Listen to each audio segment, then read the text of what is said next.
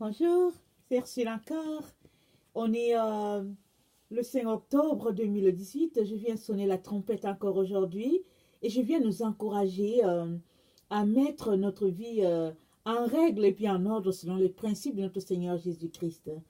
Alors, vous savez, rien n'est facile, rien n'est donné. Nous avons besoin nous-mêmes de nous dépenser pour pouvoir arriver à un certain standard dans la vie. Et bon, on le fait pour nos études, on le fait quand on veut briguer un poste à quelque part. Et il en est de même pour le Seigneur Jésus-Christ. Mais ce qui est dommage, c'est que nous, les enfants de Dieu, on a l'impression que pour ce qui est de notre foi, alors les choses vont arriver par elles-mêmes. En tout cas, moi, je ne sais pas pour vous, mais moi, j'ai souvent pensé que c'était comme ça, jusqu'à ce que je sois confrontée à certaines situations qui m'ont fait comprendre que non, j'ai besoin de posséder mon terrain. J'ai besoin de défendre mon espace afin que bon, l'ennemi ne vienne pas s'installer. Alors, c'est comme ça que ça doit fonctionner. Alors, qui dit défendre son espace, dit prendre le temps avec le Seigneur, dit prendre du temps pour pouvoir organiser les choses et puis veiller, veiller. Donc, voilà, tout ça, ça se fait dans une relation avec le Seigneur, ça se fait dans de l'intimité, une relation d'intimité avec lui. Il est donc important vraiment que on puisse ne pas négliger cet aspect-là de notre vie. Alors c'est ça, mais malheureusement, souvent, bon, ça c'est le dernier aspect auquel on pense. Mais vraiment, je viens nous encourager à mettre en priorité notre vie avec Jésus-Christ. Parce que Jésus-Christ a dit, à quoi sert-il à un homme de gagner le monde entier s'il devait perdre son âme? Alors, pour ne pas perdre ton âme, ça demande que tu prennes du temps euh, avec celui-là, au fait, qui garde ton âme. Alors voilà, c'est ça un peu. Alors aujourd'hui, je viens parler au fait de notre intelligence renouvelée. Alors, une solution pour la séduction. Alors, vous savez que on vit dans un monde de séduction. Hein? C'est dans ce monde-là qu'on vit. Et euh, comment on appelle ça? Qu'est-ce que je voulais dire? L'audiovisuel, tout est axé sur l'attrait physique. Alors, souvent même, euh, on a souvent la difficulté à écouter des émissions de radio et tout ça parce qu'on ne voit pas le côté, par exemple, vu, la caméra ou bien les images qui vont avec et tout cela. Et tout ça, on l'a déjà vu et puis on le sait, la séduction est vraiment reliée à tout cet aspect-là de notre vie. Et puis bon, c'est comme ça maintenant. Les médias sont vraiment axés vers capter l'audience par toutes sortes de programmes ou bien d'images au fait qui va apporter euh, quoi un certain plaisir aux yeux parce que bon c'est ça qui est valorisé, mais malheureusement pour nous les enfants de Dieu on ne peut pas s'adonner à ce jeu-là. C'est-à-dire c'est pas parce que ok, tout ce qui est permis n'est pas utile. C'est ça que Paul a dit. Alors, c'est pas parce que quelque chose est, est un phénomène de mode dans la société ou bien est le fruit du développement de notre époque que nous allons vraiment accorder euh, de l'importance à cela à tel point que ça nous prive de notre relation avec le Seigneur Jésus-Christ. Il est donc de notre devoir de pouvoir décider nous-mêmes de ce que nous voulons faire pour euh, pouvoir éviter la séduction. Parce que la séduction, elle n'est pas juste pour notre époque. Notre mère, elle a été séduite. Elle a été séduite. Elle est tombée dans le piège de Satan qui est venu avec subtilité. Et nous, aujourd'hui, souvent, au fait, on n'a même pas besoin d'entendre une voix. On regarde tout simplement, ou bien en train de marcher, en train de faire les 100 pas, et puis la séduction est là. On n'a pas besoin d'ouvrir la bouche pour dire que oh, ici c'est un phénomène de séduction. Alors, Paul nous dit dans Romains 12, verset 2, ne vous conformez pas au siècle présent, mais soyez transformés par le renouvellement de l'intelligence, afin que vous discerniez quelle est la volonté de Dieu, ce qui est bon, agréable et parfait. Alors Paul nous dit expressément de ne pas se conformer à ce présent siècle. Alors c'était quel siècle? C'était le premier siècle. Et puis Paul disait, alors à combien plus forte raison, nous les gens du 21e siècle, où tout est séduction, tout est fait pour pouvoir nous détourner carrément du chemin de la vérité. Et Paul dit de ne pas se conformer à cela, à cette façon de vivre, aux vêtements de ce monde, au langage de ce monde, à la façon de faire de ce monde. Paul dit de ne pas se conformer à ces choses-là, parce que ça va nous éloigner de notre Seigneur. Il dit, mais soyez transformés par le renouvellement de notre intelligence. Alors, comment est-ce qu'on renouvelle l'intelligence? On renouvelle l'intelligence par justement la parole de Dieu. Parce que, vous savez, tout ce que nous sommes, tout ce que nous consommons, je vais dire physiquement, spirituellement, tout ça, ça stagne à quelque part. Alors, pour ce qui est de la nourriture, bon, de façon naturelle, bon, ça s'élimine. Il en est de même pour nos pensées.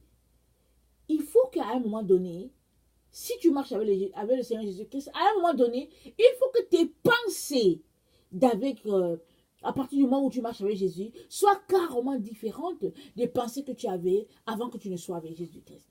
Mais malheureusement, ce qui se passe, c'est que on donne notre vie à Jésus-Christ, alors on vient à lui, on est content et tout, mais on ne change pas les pensées qu'on avait pour être revêtu de pensées de Jésus.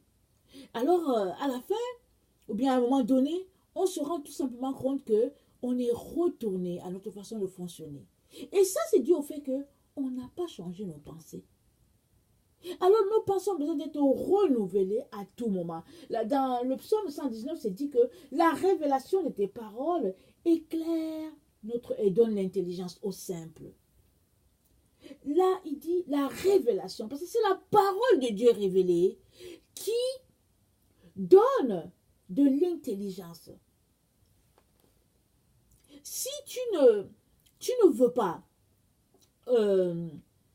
renouveler tes pensées, alors tu seras bloqué à certaines façons de faire et finalement, la séduction aura raison de toi.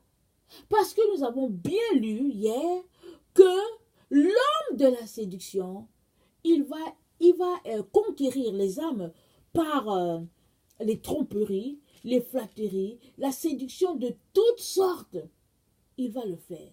Seuls ceux-là qui marchent dans la vérité, seuls ceux-là qui s'arrêtent pour renouveler les pensées qu'ils ont, auront, comment on appelle ça là, ce clic-là de réaliser, de dire que, oups, on dirait qu'il y a quelque chose qui ne va pas ici. Parce que la Bible dit que cet homme impie-là, il séduirait même les élus. Alors, il y a beaucoup de gens qui sont séduits. Il y a beaucoup d'enfants de Dieu qui sont séduits. Est-ce que c'est parce qu'ils n'étaient pas enfants de Dieu? Non, ça n'a rien à voir. Mais c'est tout simplement que peut-être qu'ils ne passaient pas assez de temps dans l'écriture. Ils se sont laissés prendre. Souvent, on est dans la détresse, on cherche de l'aide et tout. Et puis bon, on tombe sur quelqu'un qui est prêt à nous donner des conseils, quelqu'un qui est prêt à nous encadrer. Et finalement, on se retrouve pris à un piège. Et puis, c'est le piège de la séduction. Alors, pour ne pas être versé dans ça, on doit tout faire pour remplir notre cerveau d'intelligence, de choses nouvelles selon Jésus-Christ. Pour cela, on a besoin de vider ce qui était là. Jésus-Christ a dit à ses disciples, il dit, videz vos outres. Il faut les vider. Quand il a parlé de vin. Parce que tu ne peux pas recevoir le vin nouveau dans une outre qui est vieille.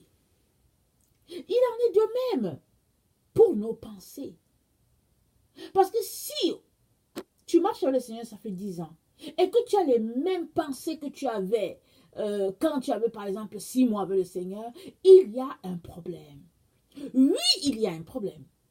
Alors, il nous revient de nous assurer que ce que nous croyons est vrai. Il nous revient. L'homme naturel fait ce qui lui plaît, tout le temps. Mais l'homme spirituel ne peut pas agir ainsi. Il a besoin de venir dans la présence de Dieu. chercher ce que Dieu pense de ce que Dieu croit et l'appliquer à sa propre vie. Ce n'est que comme ça qu'il pourra être alerte et réaliser que non, ici, là, il est question de séduction. Et Dieu ne nous laisse pas tomber. Dieu vient toujours nous parler d'une manière ou d'une autre, nous demandant de retourner sur le droit chemin si nous sommes égarés.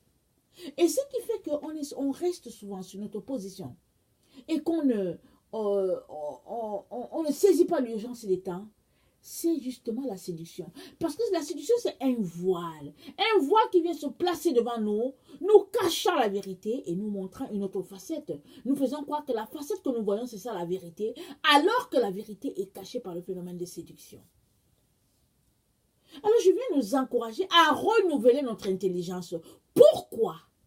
Parce que Satan fait tout pour détruire les enfants de Dieu de la vérité. Fait tout pour infecter les enfants de Dieu.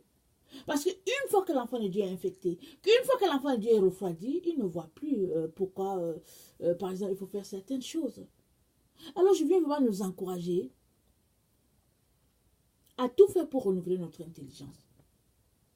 Et ça, c'est la lecture de la parole de Dieu. Et c'est un temps qu'on prend pour écouter le Seigneur.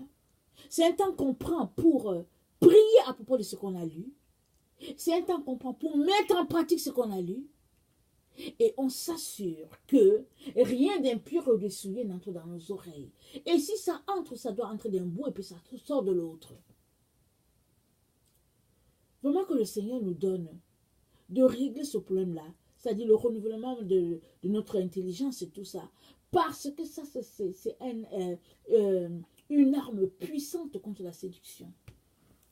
Parce que chaque fois que ton intelligence est renouvelée, alors il y a quelque chose de nouveau que Dieu te download. Il y a des nouvelles connaissances, il y a des choses que je connais aujourd'hui que je ne connaissais pas il y a quelques années. On a besoin de renouveler ces choses-là. On a besoin, mes chers frères et chers sœurs. Que le Seigneur vraiment nous donne de voir l'urgence des temps et de régler ce qui a réglé. Si toi tu es quelqu'un qui ne connaît pas le Seigneur, je viens te dire que Jésus-Christ est aussi mort pour toi. Il est mort afin de réconcilier l'humain avec Dieu. Alors il nous a réconciliés. Alors nous sommes les ambassadeurs de la réconciliation et nous devons tout faire pour réconcilier les autres avec Dieu. Et pour cela, nous avons besoin de renouveler notre intelligence afin que le Seigneur puisse nous utiliser puissamment.